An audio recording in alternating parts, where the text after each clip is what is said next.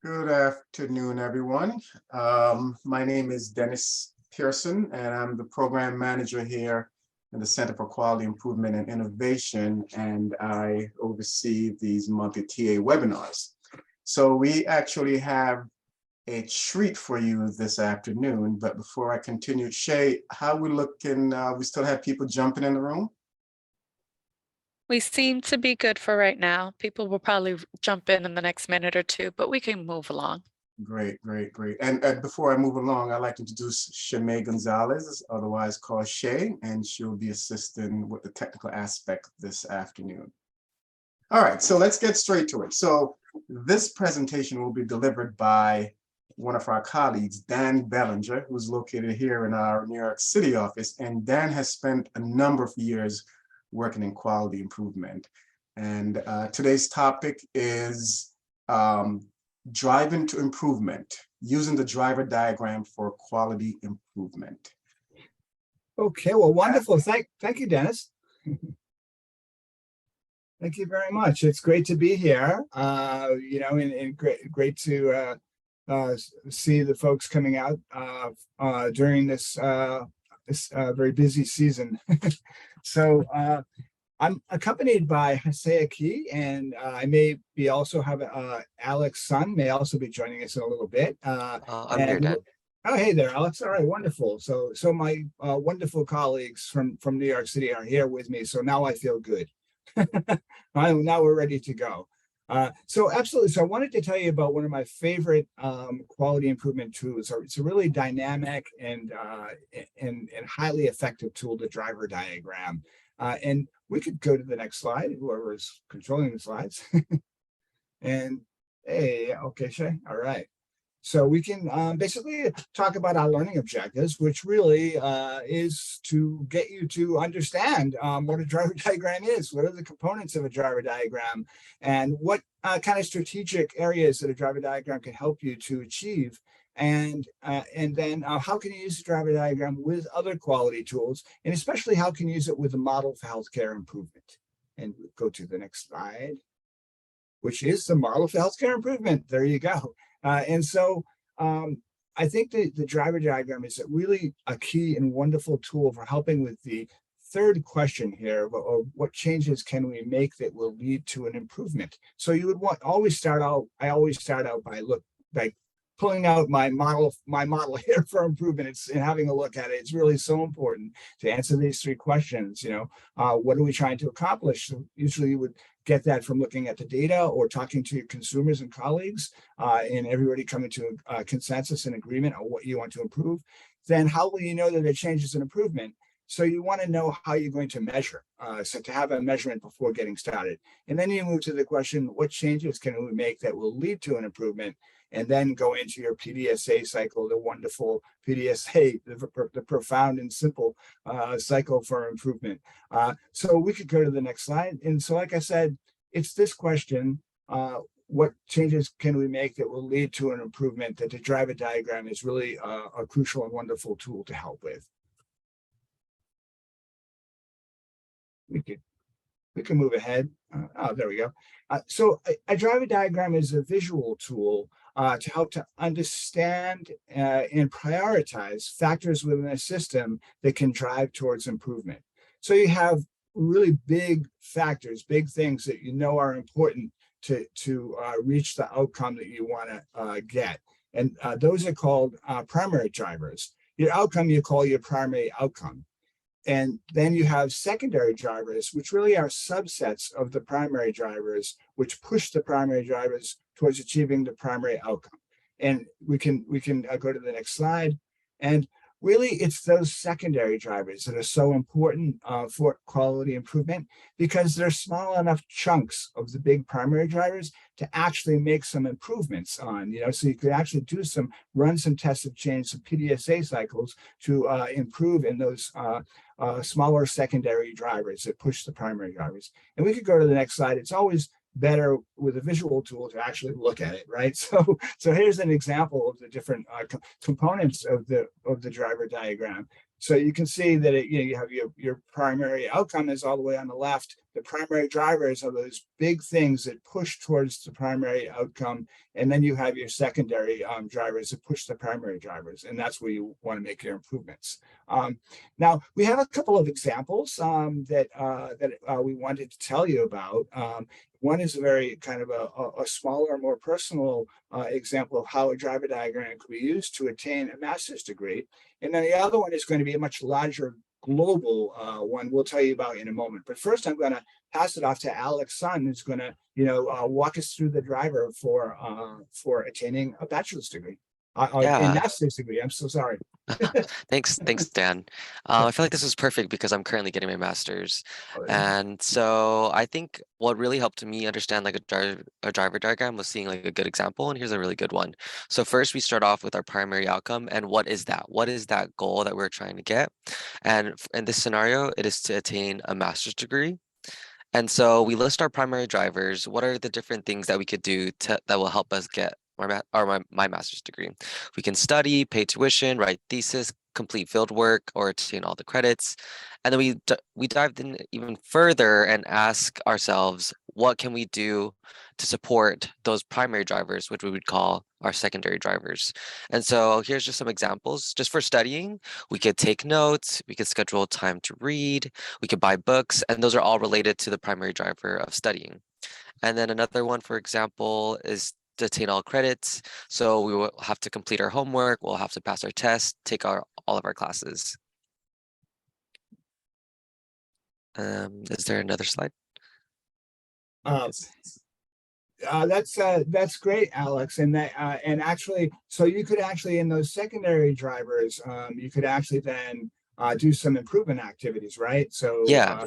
yeah. So for instance, if you wanted to let's say do your homework or say you could probably get together with a study group to work on it together, right? Yeah, that's a great example. I guess in the taking notes section or the scheduling time to read section, you could either plan in your planner or you could, like Dan said, create a study group, and those would be like the QI actions to support your secondary drivers. Yeah, exactly. So for taking notes, maybe you could take a recording. That might make it easier for me. I can't read my handwriting half the time when I take notes, or you could take notes on an iPad or something. So you could test out different ways to do things to achieve those secondary drivers, which will then push the primary driver towards the primary outcome. Thank you, Alex. Wonderful. Yeah. And yeah, so going to the next slide. Now we have we gave Hesea the really easy goal to talk about, ending world hunger. So just to show you that a driver diagram can be used to attain small personal goals, and then also to attain very large global goals. So Hesea, do you want to walk us through this driver? Yeah, thank you. This is a very ambitious goal. And so the primary drivers to end world hunger would be having better food production, increasing economic health and improving leadership, and also increasing food delivery, improving that as well, and also being considerate of the environmental factors that impact world hunger. And so when we break down these different primary drivers, they could be looking at, or for food production, it could be looking at new scientific methods of producing food, the irrigation, and the cost containment. And so activities that I would think about when like trying to better food production would be maybe making a program that like rolls out a different type of pesticide for that's I guess fitting for the environment that you're in, and also irrigation, which is also considerate of like all the other environmental factors that go into creating irrigation in the community that you're in, and cost containment. I think of that as two things. It could be like setting a certain price for a certain item and making it accessible in that way, or also making sure that the business plan of all of this like food production process is safe. I guess sound is I guess a good word to use because it's kind of a big thing to think about. But yeah, I think these are just kind of a practice of breaking things in smaller chunks and seeing what kind of activities you can do. Yeah, absolutely. That's great. That's great. Thank you, Hussein. I mean, I think of things like micro grant programs also for working on some of the economic issues, right? For economic well-being. And yeah, so just to show you that you can, it's always easier to break things down into smaller portions that you can work on. The smaller items push the larger items towards the ultimate goal that you want to achieve, the primary outcome. So wonderful. Thank you very much, Isaiah and Alex. Excellent examples. And so now we wanted to do a little exercise with you all. So we picked something that we think is really crucial and very important, and all of us are thinking about these days, which is health equity. And so looking at data, we know that, for instance, African Americans often have a lower viral load suppression rate than other patients. So thinking about if you were in a specific clinic and you wanted to improve the viral load suppression rate for African Americans, what would you do? What are the changes you would make to the system to better support the health and well-being of your African American patients? That's not being done now? Why do African Americans, always, often have a lower viral load suppression rate at your clinic than your other patients? So you would is kind of looking at your disparities data and coming to an understanding that this particular group of patients, have a lower outcome rate, and then kind of tailoring your QI efforts to meet the needs of that group of patients, which in this case, we're looking at African American patients and trying to increase health equity. And so for this, what we did is we can go to the next slide.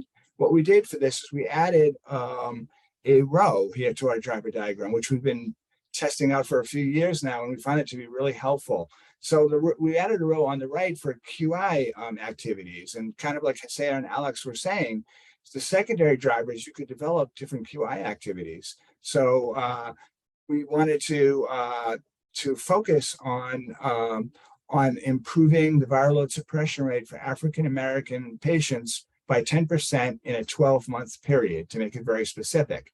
And then we wanted to ask you, well, what do you think? And I think, can we open it up for people to unmute themselves and think about what, within a clinic system, what would be the really big factors that need to be addressed in order to better serve your African American patients? I think if we can do screen share. I believe Hesea is going to take notes for us. Yeah, and then if we look actually on the slides, Dan, the next slide had an example. Did you want to show that first? Well, we could, sure. It kind of is the same. If you want to go to it, it will just kind of, yeah, there you are. So it just adds in really our goal, which is our primary outcome there. Yeah. So we could actually go to the screen share and begin thinking about it. I think people could also write in the chat if you wanted to, or you could unmute yourselves and we will make sure it goes on to the driver diagram. And someone was just asking, will the slides be shared? And so I believe, Shay, they will be shared. I'm quite sure, right? I think this. You'll be able to find the slides probably within a week at the CQII.org page, as well as a copy of this recording to share widely. So definitely look out for that. Okay, great, thanks. Dan, there was one more question in the chat from Sansita. She just wanted to ask, how do we get to the primary drivers? Are we just using brainstorming or database? I'll let you handle that.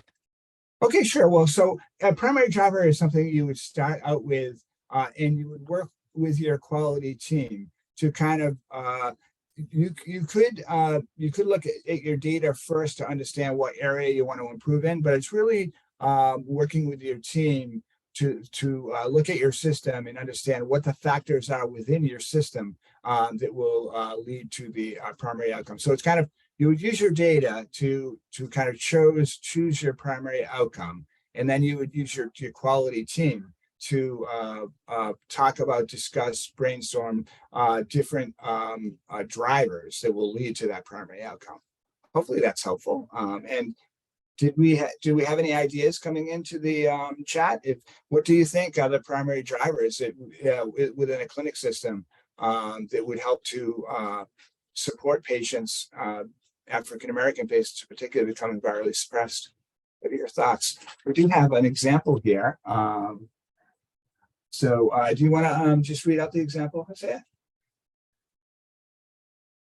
So we have an example of a primary driver and then a secondary driver from it, and an example of the classical QI project.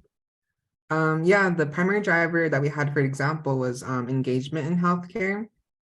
And so I think that means making sure that patients know that they can visit their healthcare site in many different ways.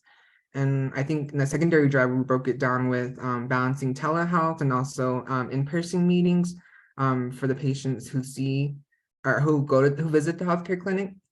And then as a result of that, the QI activity that we came up with was also testing a program to support patient use of telehealth and improving the capacity for people who visit the healthcare site to use their telehealth services.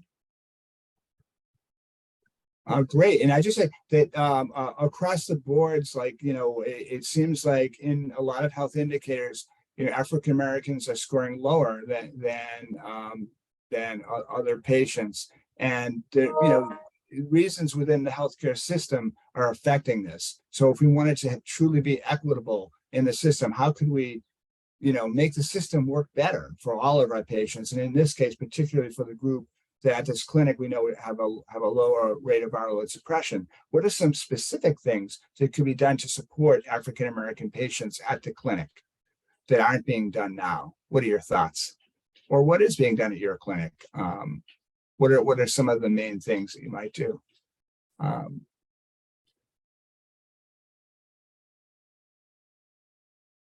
Maybe I can get the ball rolling. Sure. Yeah, okay. So I think an idea I might have is for a primary driver is to increase testing in African American communities or like around them. Or Okay, wherever great. Great. And I would think also, to me, for within a clinic system, cultural competency training for providers that might not be happening. Yeah, that's a good one. And yeah, also you could have having providers who are representative of the people in the community that they're serving is something else that you might be able to look at. I think there are some general things like when we talk about engagement and care, also thinking about transportation issues and accessibility. Is the clinic really accessible to patients? And then are there things that you could do to make it more accessible? So that I would put as a secondary driver.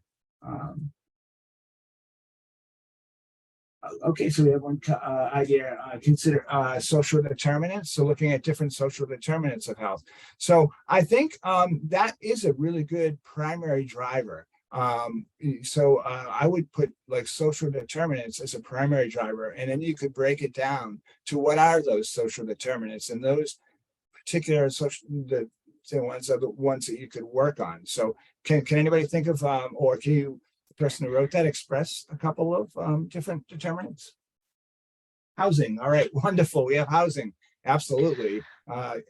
What's another one? Somebody wrote stigma. Oh, I think stigma is an excellent one. Also, I would include stigma almost as a primary. Primary. Driver, Yeah. I mean, and the thing is with this, with the driver diagram, it's kind of subjective. What's primary and what's secondary. So it's really good to get a discussion, a little debate going on. And I think it's really good for the team to really come to an understanding about what's important. So let's see. Was there another?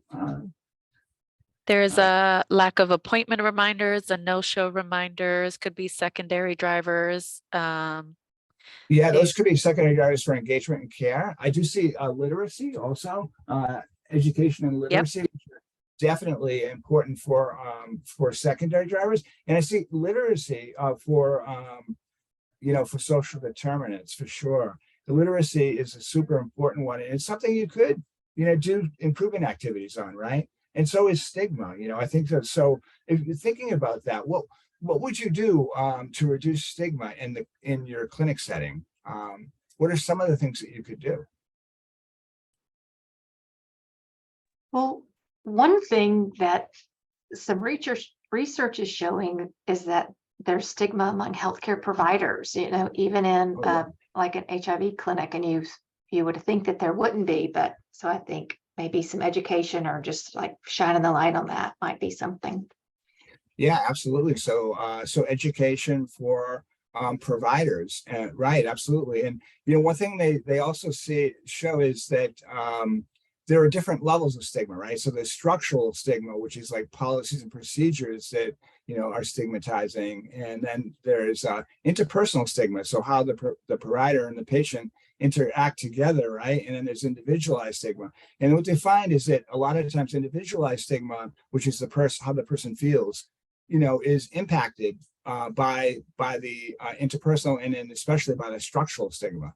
So there are probably things you could do with structural stigma to rewriting policies and procedures and things like that could impact stigma. And let's see, anything else coming in? Yeah, Dan, I see Courtney mentioned training on recognizing biases. Great one. He also mentioned there's also internalized stigma as well. Yeah, I see that. That's great. Yeah, the individual internalized stigma, absolutely. And so, yeah, those are great ones. And how about anything for some of the other social determinants? Anything else that anyone would add? So so this is shaping up nicely. And I mean, engagement and care, another thing. I don't know, did we get down having providers who are similar to the community that they serve? That might be one thing for engagement and care. I know transportation, accessibility for engagement and care. I think also one thing, a lot of times continuity of care. If you get the same provider every time you go to the clinic, rather than have somebody different every time, could be really important as well. But I'd love to move to see if we have we can move quickly to employment and pay issues. Oh, that's a fabulous one that someone just wrote down in the chat. Absolutely, employment issues, and those are possibly things that could be worked on in the clinic, right? Maybe case management, and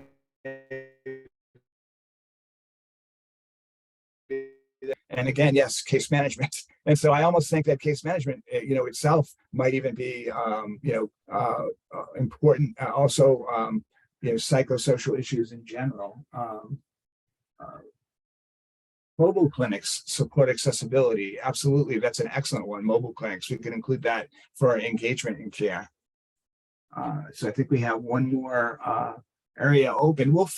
We can fix the arrows later. So we don't want to worry too much about where the arrows point to.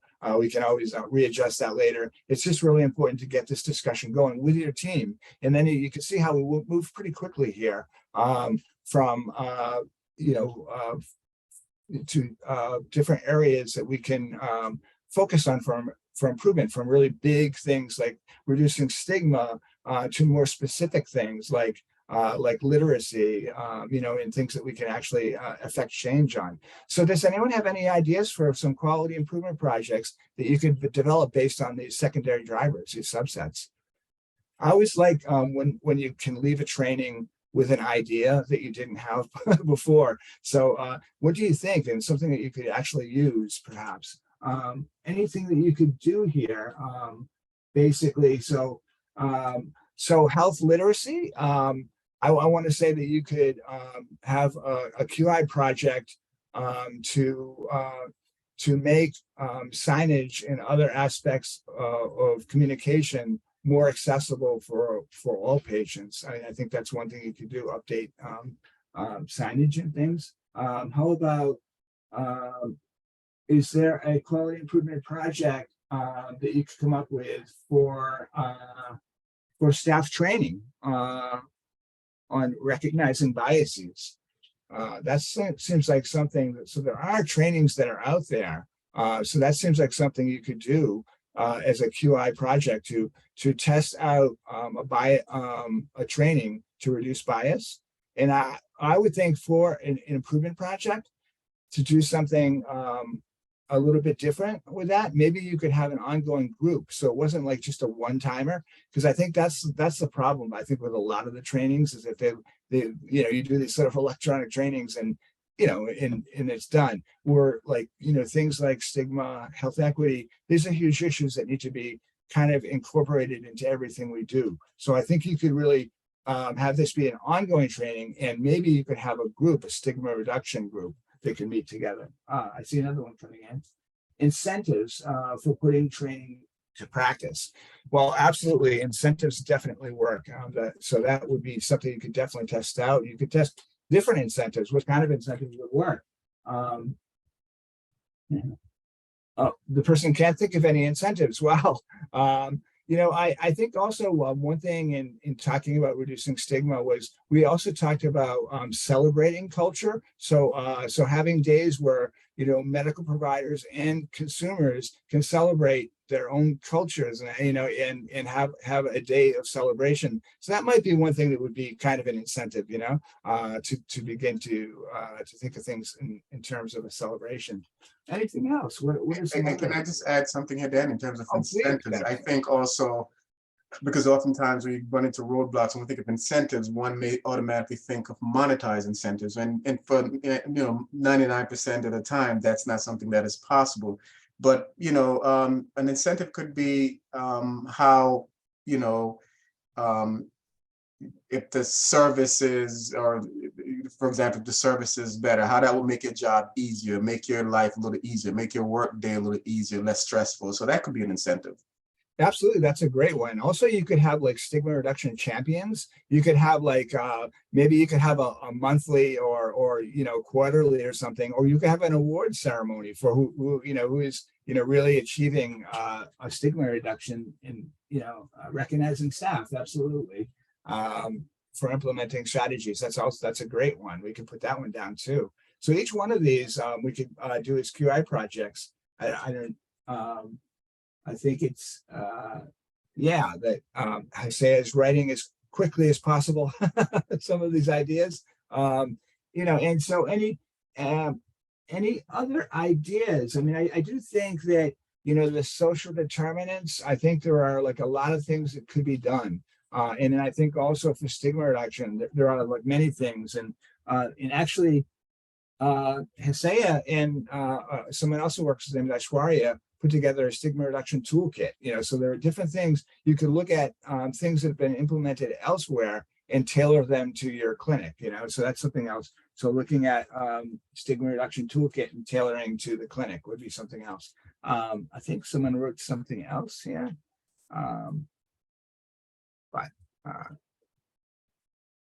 okay. So I think Cindy was saying, certificates can be printed out pretty cheap. Okay, great one.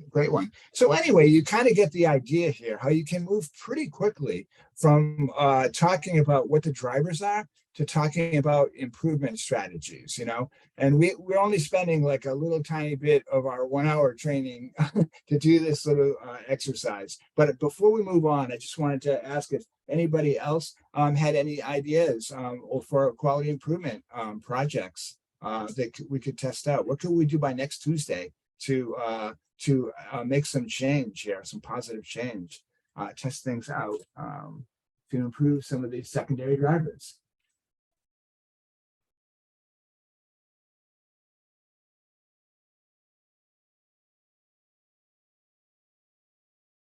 I see community of care was one. So kind of creating a community of care, right? That you could also do like a stigma reduction community of care group that could meet regularly. Would be made up of providers and consumers. I think that would be something that could really work. And I think in general, there's a lot of things that consumers could do and can contribute and work more with providers on these various areas, and especially those social determinants. And while you might not always be able to solve something like housing in a quality improvement project right away, what you could do is you could test out different ways to make sure that the patient has the medications and the ability to take the medications that they need in different kind of situations. I know sometimes when patients are in the shelter system or different or homeless, it's not always that easy, even to preserve confidentiality or find what you need. So there are different things I think that the clinic could do to providing pill packs and things like that could help.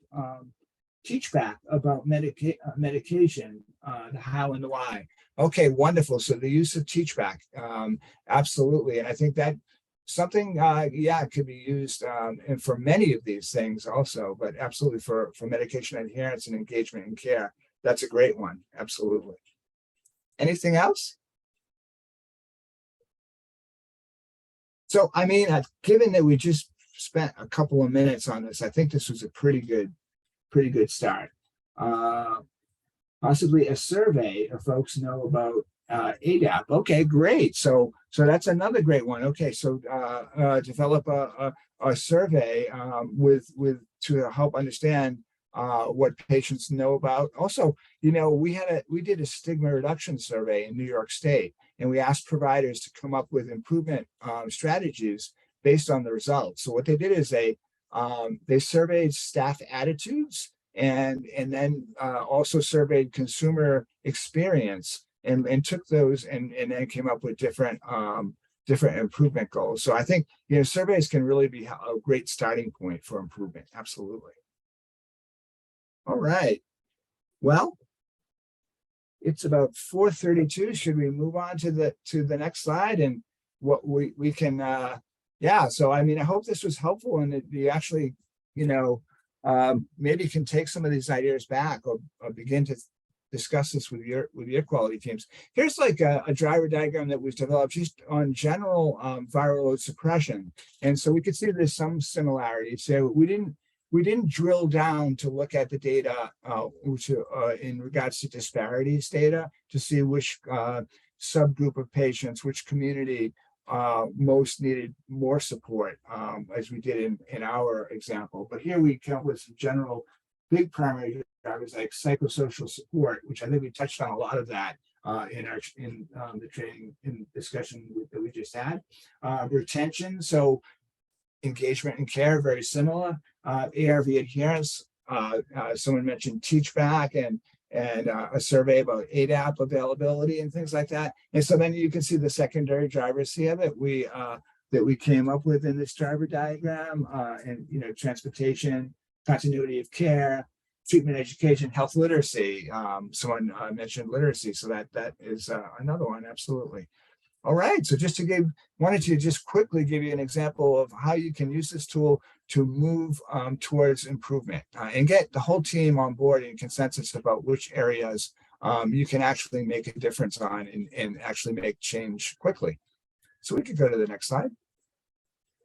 All right, so once you've decided what improvement area you want to work with using your driver diagram, I would recommend you go and do a flow diagram of your current processes. Know your flow. It's so important. And we could go to the next slide. And the thing is, you want to know what are your current process steps and where would the new process that you're talking about go. So if some of the ideas that we just brainstormed, where would that go within your current processes? And would you need to change your current processes to better support the new process that you're developing or revising? And we could go to the next slide. And because as Deming said, if you can't describe what you're doing as a process, you don't know what you're doing. So you really need to break down step by step your processes in your clinic and then figure out where your change would go. So I usually usually I do the flow diagram and find it really helpful. Then I use this next tool on the next slide, which you may be familiar with, which is the force field analysis. And so what I'll do is I'll take the improvement that we came up with based on the driver diagram, and I'll do a force field analysis on it. And so a force field analysis looks at what are the forces, what are the driving forces that will help to make this happen within your clinic system? And then what are the restraining forces? So then it looks at what are those forces that are going to be challenges that you need to come up with. And we can go to the next slide.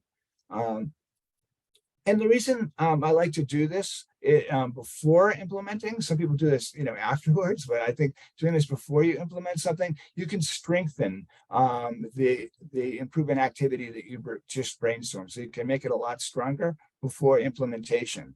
And so I always like to do a force field analysis. I always find it really a really useful tool, and find it it's easier to come up with the restraining forces than the driving forces, but you can use them to then look at, well, what can you do, how can you change and strengthen your QI activity to based on the restraining factors, so that you can get over those barriers and drive towards improvement. Go to the next slide.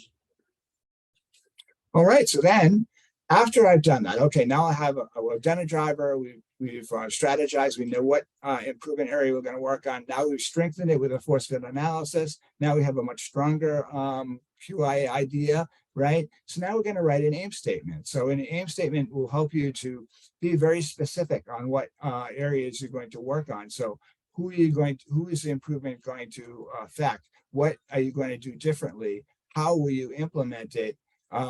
By how much do you want to improve, and when, in what time frame do you want to improve? So you want to kind of answer all of those questions, to have an aim statement so everybody is kind of on the same page and understands exactly what you want to do, and you have a very targeted goal within a specific time frame.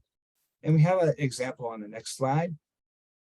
And we could also change this to our example, to improve viral load suppression rate for African-American patients by 10% in a 12-month period by implementing a stigma reduction program, for instance, So that's something you could do. And so we could actually move right into an improvement project and see how quickly it's not even, the hour's not even up, and we've already, as a team, we don't even know each other that well, but we've already come up with an improvement idea, and we're already beginning to structure it.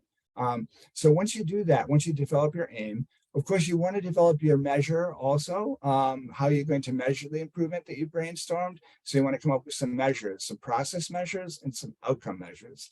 And of course, you'll want to come up with a hypothesis. What do you think will happen if you implement this? And I like to always come up with a couple of hypotheses: what good could happen and what negative could happen. What's going to make it not work, and how can I, what can we do if that happens? So then once you develop the aim statement, then I move to an action plan. And so this really is, it's so simple, but it's super important to really understand who's going to do what when. So it really is breaking things down again by into steps. If you don't know if you can't describe what you're doing as a process, you don't know what you're doing. And if the team doesn't know exactly what they're doing, what their role is, things can really fall apart. So just a quick example, we could just go to the next slide. And so this is just kind of a table that you would just fill out. And you would kind of look at, for instance, if you wanted to do a stigma reduction program, you might say, have a provider who's going to be in charge of convening the meeting, have a consumer who's going to be a co-chair, have regular meeting dates who talk about when it's going to meet, who's going to take notes, who's going to attend. So you would, in other words, you break it down: who, what, when, where exactly, the steps of your project. And then you're really ready to test it out after this, and we could go to the next slide. So in the right back where we started at the model for healthcare improvement here, now we're ready to go to the final part of the model for healthcare improvement, the PDSA cycle, plan, do, study, act, and test out our improvement that we just brainstormed so quickly together. And so I don't know if anybody has any questions at this point about the driver diagram, about the different uses of the driver, and how it could be used with the model for healthcare improvement to drive quality improvement activities. And I think people can, if you like, you could unmute to ask your questions or write them in the chat.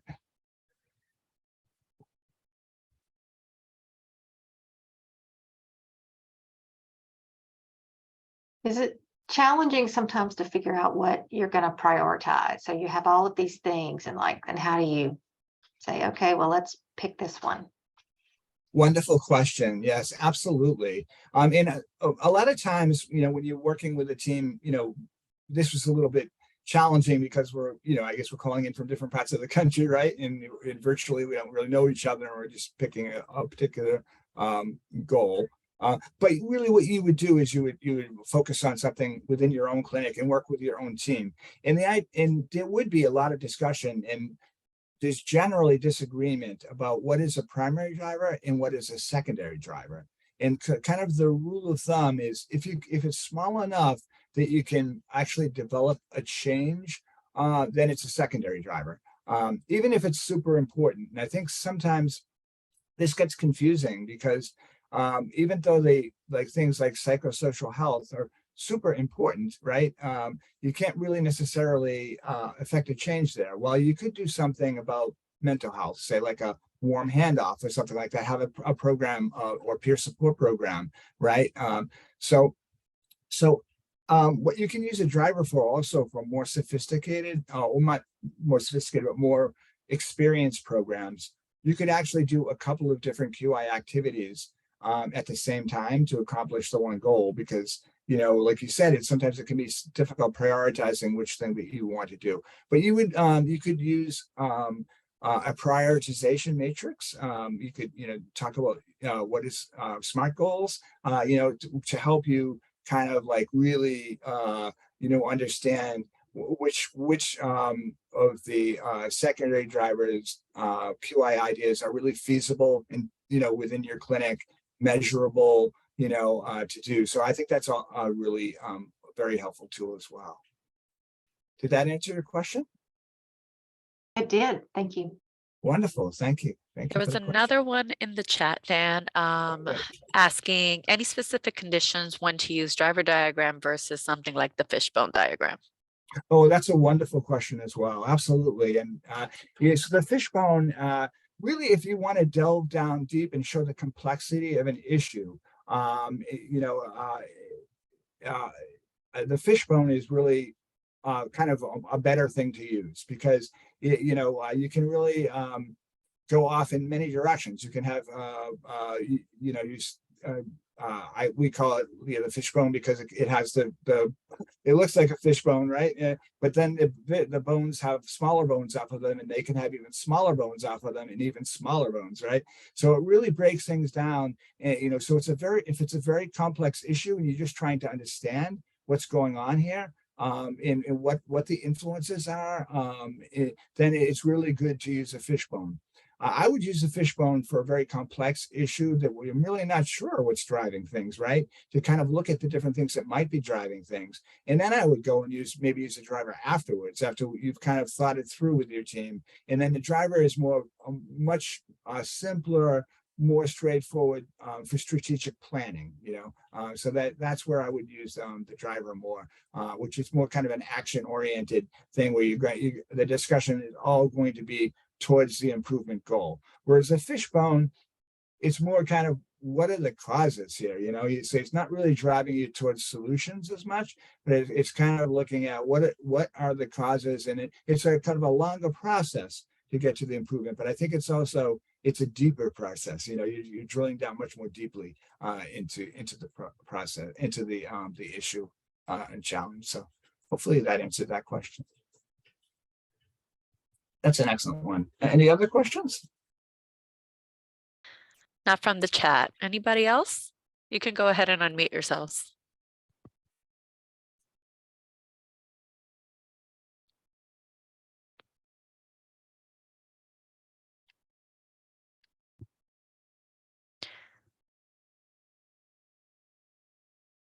Okay, Sansita, thank you for the information about driver diagram versus fishbone. Okay, great. No, wonderful. Love that question. It's great. Absolutely. Anything else about the driver diagram? It's one of my favorite tools because it is so simple. It's something that you can use right away. So I find you can use it in learning groups. We do a lot of them in learning groups, especially if you want to have a whole group have one improvement goal, but everyone may be testing out different activities. Then you can use the secondary drivers to inspire different quality improvement activities within the learning group. And then you can all come back together and share what's working and what's not working, and strengthen the overall driving towards the overall improvement goal for the whole group. And it can also, like I said, be used for a team. A small group can use it to drive towards your goal. It can be used, I think, always best in conjunction with other quality tools. And I think, you can tailor it to meet your own needs. Like we added that extra row, right? So to get your quality improvement ideas in there. And that's the wonderful thing I think about the model for healthcare improvement is it really is flexible. And many of these tools are pretty, simple and straightforward. So you can kind of use them together in different ways, depending on what the issue and problem is, and what you want to solve with your team. So I like to use that in conjunction with, like I said, the flow diagram and the force field analysis. I think that really are crucial when you're doing a process investigation and then moving towards developing an improvement. But there are other things, like was mentioned, like using a fishbone first up to really understand the complexity of the issue, and then working to develop a driver, I think is also an excellent idea.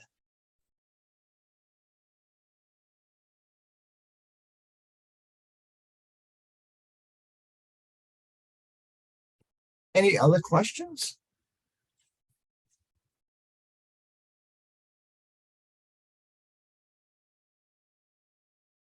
I'm not seeing anything in the chat, Dan, and getting a lot of great information, and thank you though. Okay, well, wonderful. I'm glad it was useful. Absolutely. And like I said, I think that one of the important things is to be flexible. So even in a discussion, there can be disagreement about what's a primary driver, what's a secondary driver, and so I find that actually good, because you get to hear different perspectives as well from the team, and it really can help to strengthen everybody's understanding about what the driving factors really are. And so I would just, I guess, if there's no more questions, I would just add. There's one more that just came in. Wonderful. Pros and cons of driver diagrams. Pros and cons. Okay. Well, I mean, I think, the pros are its simplicity. It can move you very quickly. It can help you to strategize improvement. Cons, it's not going to delve down as deeply as something like the fishbone. And it's going to, there could be some disagreements on what a primary driver, what a secondary driver is, but I don't see a lot of cons, because I think it's a good tool. I just think that if you don't have a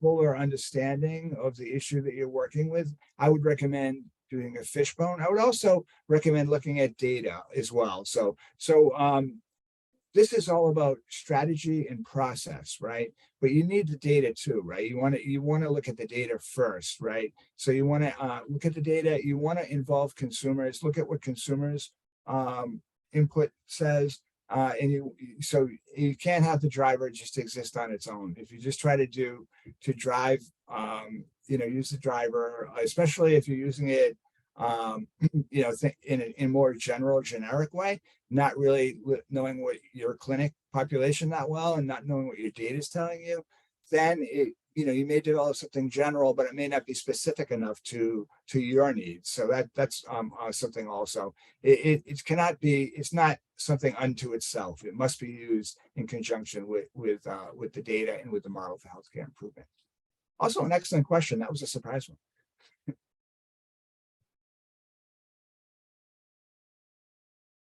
Any other questions? Not right now. Let me just make it sure. All right, no worries, no worries. Yeah, no, I was just going to share another quote by Deming. I don't know if you know this one, but I was, you know, I was, you know, very lucky to study with Ron Moen, who actually did trainings with W. Edwards Deming. And Deming always said when he started the training, why are we here? And, you know, he would always kind of answer his own question and say, we're here to have fun, to learn, and to make a difference. Yeah, and I always think that that is really so important, right? We have to enjoy our work, and we have to learn, being inquisitive and learn new things. And we all want to make a difference, right? So if we're doing all those three things, you know, when using the driver diagram or any quality tool, I think it's so important to really make sure everyone is part of it, and you're having fun and you're learning and making a difference. So just wanted to share that. And if you want to do another training on driver diagrams, there is 2 available on the CQII.org target site. I'll put it in the chat in a minute. There's a 2-part series that was done by one of our consultants. And it's great, but it's like a deeper dive. Dan has done a great job at showing you how good and useful and easy it is to use, but there's also a deeper dive if you want it. So I will put it in the chat. And Dan, any last words? No, thank you very much for participating. Good seeing you all, and thanks so much. Thank you. Thank you all for joining us. I'm just going to take one more second to put in the other part Many 2 part of thanks. this. Yeah, and many thanks to Hesea and Alex also for helping out. Great Yes. job. Thank you all again for joining us today. And we hope to see you at other CQII webinars. Have a great evening and happy holidays to everybody. Take care, everybody. Bye.